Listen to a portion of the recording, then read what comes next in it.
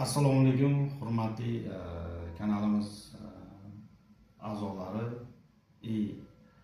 Foydali qazilmalarni boyitish hamda metallurgik jarayonga qiziquvchi tomoshabinlar, bugun boshqacha formatda o'sha kanalimizning dastlabki bosqichidan boshlab video ma'lumot tayyorlayman.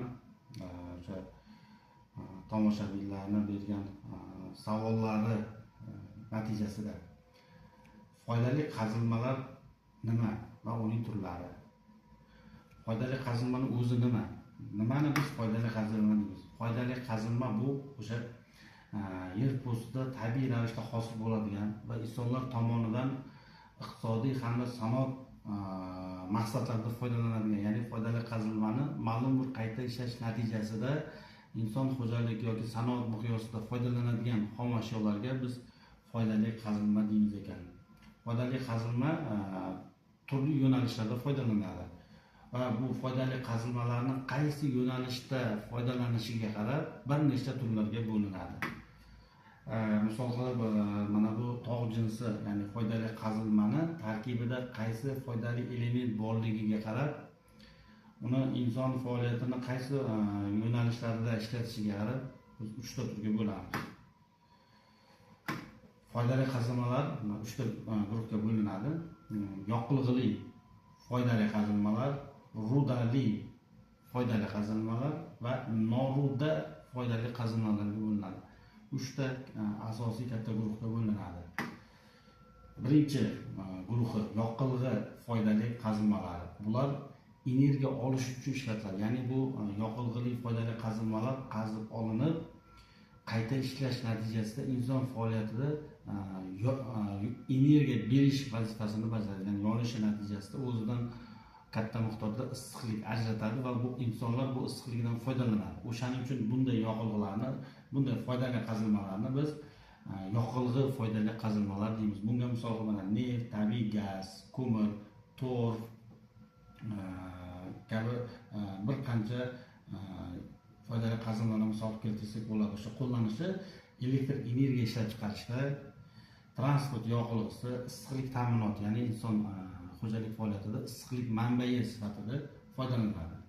Bularning barchasi o'sha yoqilg'ili foydali qazilmalar deyiladi. Yoqilg'i foydali qazilmalar million yillar davomida o'simlik hamda tirik organizmlarning suv ostida hamda tuproq ostida kislorodsiz muhitda chirib, oksidlanib, yerning bosimi, issiqligi ta'sirida o'sha hosil bo'lgan bu foydali qazilma. Bu foydali qazilmalarning hosil bo'lish tarixi bo'yicha alohida video tayyorlaganman. O'sha birinchi video ma'lumotlarni kirib ko'rsalaringiz, o'sha yoqilg'ili foydali qazilmalar qanday yo'l bilan qanday hosil bo'lganligi haqida ma'lumot berganman.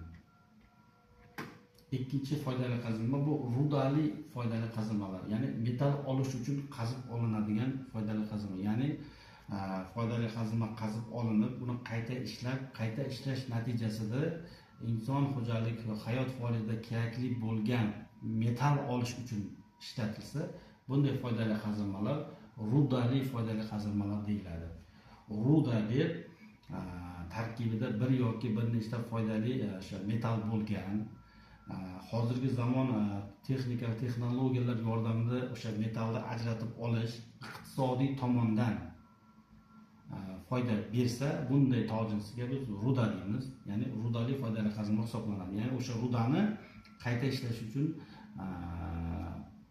amalda sanoatda qo'llasak bo'ladi. Sababi bu foydali qazilmadan olingan metal unga ketgan, qayta ishlashga ketgan xarajatlarni ortiq bilan qoplaydi. Bunga misol temir rudasi, mis, oltin, kumush, uran, qo'rg'oshin, rux kabi bir qancha metallarni biz misol keltirsak bo'ladi. Qo'llanilishi mashinasozlik, metallurgiya, elektrotexnika, qurilish, ya'ni rudali foydali qazilmalardan olingan metallar yer sharidagi juda ko'p tarmoqlarda foydalaniladi. Keyingi foydali qazilmalar noruda foydali qazilmalar. Bular metal bo'lmagan foydali qazilmalar.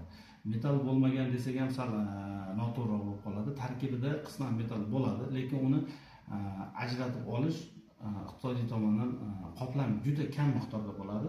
Asosiy qismi noruda, ya'ni metalmas birikmalardan tashkil topgan va uni qayta ishlash natijasida mana kimyo sanoati, shisha ishlab chiqarish, sement, qishloq xo'jaligida qurilish ishlarida ishlatiladigan xomashyo ishlab chiqargan uchun bular noruda foydali qazilmalar deyiladi. Misol qilib ohak tosh.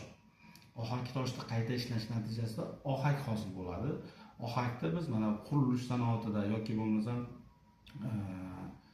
ishqoriy muhit beradigan ekspluatatsiya jarayonida ishlatiladi va ohakdan kalsiy olish uchun ishlatilmaydi. Ya'ni tarkibidagi kalsiy ishlab chiqarish uchun yetarli bo'lmaganligi uchun ohak toshdan ohak ishlab chiqaradi. O'shaning uchun bu noruda foydali qazilma deyiladi. Gips, marmar, granit, qum, tuz, fosforit bularning barchasi kimyo sanoatida, qurilish sanoatida, xalq xo'jaligida ishlatilgani uchun metal sifatida emas, ma'lum bir xomashyo sifatida ishlatilgani uchun bunday foydali qazilmalar noruda foydali qazilmalar deyiladi.